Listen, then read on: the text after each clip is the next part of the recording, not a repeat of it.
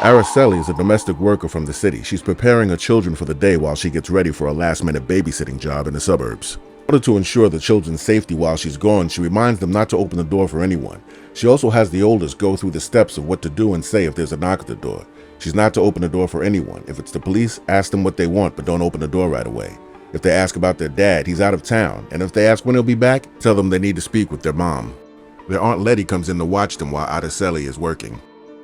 She leaves the city headed toward a nice, quiet, affluent section of the suburbs. She arrives at the house, but one of the neighbors doesn't seem to like the fact that she's there.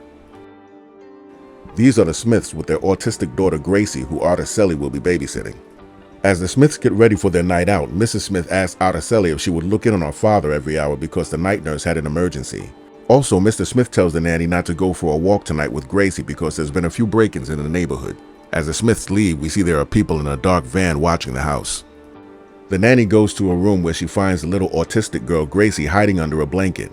Araceli tells her it's time for a snack, but Gracie wants to play the hide game that they normally play. While Araceli is preparing Gracie's snack, she notices her playing with a lighter and takes it from her. Gracie starts screaming, so the nanny has to sing to her to calm her down. Later, the doorbell rings, but there's no one there. That night, while Araceli is checking on Mrs. Smith's father, Gracie hears a knock at the door. Araceli hears the alarm chirping in the baby monitor, and when she goes to check on Gracie, she sees she has a giant lollipop and wants to know where she got it from. That's when she notices the door is open. She goes to close the door, and that's when someone walks up wearing a mask. She grabs Gracie and tries to leave, but there's another one at the door. She takes Gracie upstairs and tries to calm her down while the intruders plan their next move. Red uses a paper fortune teller to choose Yellow's weapon. Satisfied with the choice, Red motions to Yellow to begin. Araceli tries to open the window to escape, while Yellow goes into the room with the old man. The nanny sees the old man from earlier and tries to get his attention.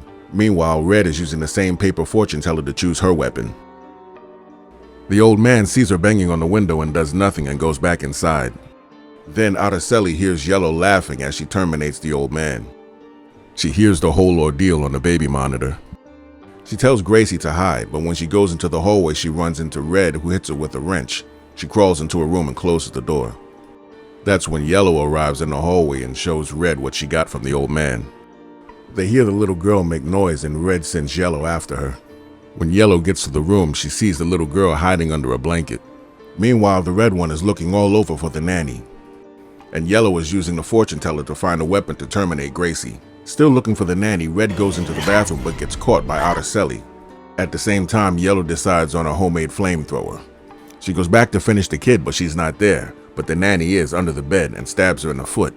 While Yellow is incapacitated, she gets knocked out with a few kicks to the face. Araceli finds Gracie hiding in a clothes hamper and takes her outside where the police are waiting. Maybe the old man called them after all. A few days later, Araceli is with her family cleaning, listening to the news report about the home invasion. The news report says there were 2 home invaders. One is deceased and the other is in custody. The crime was committed by 2 women from the same community who were bored and wanted to become famous, and hoped that other people would do the same in their communities. They also said the focus is now on Araceli Gomez, the unlikely hero who foiled the crime. That's when she hears a knock at the door, and when she checks, she sees that it's immigration agents. She tells her children to hide.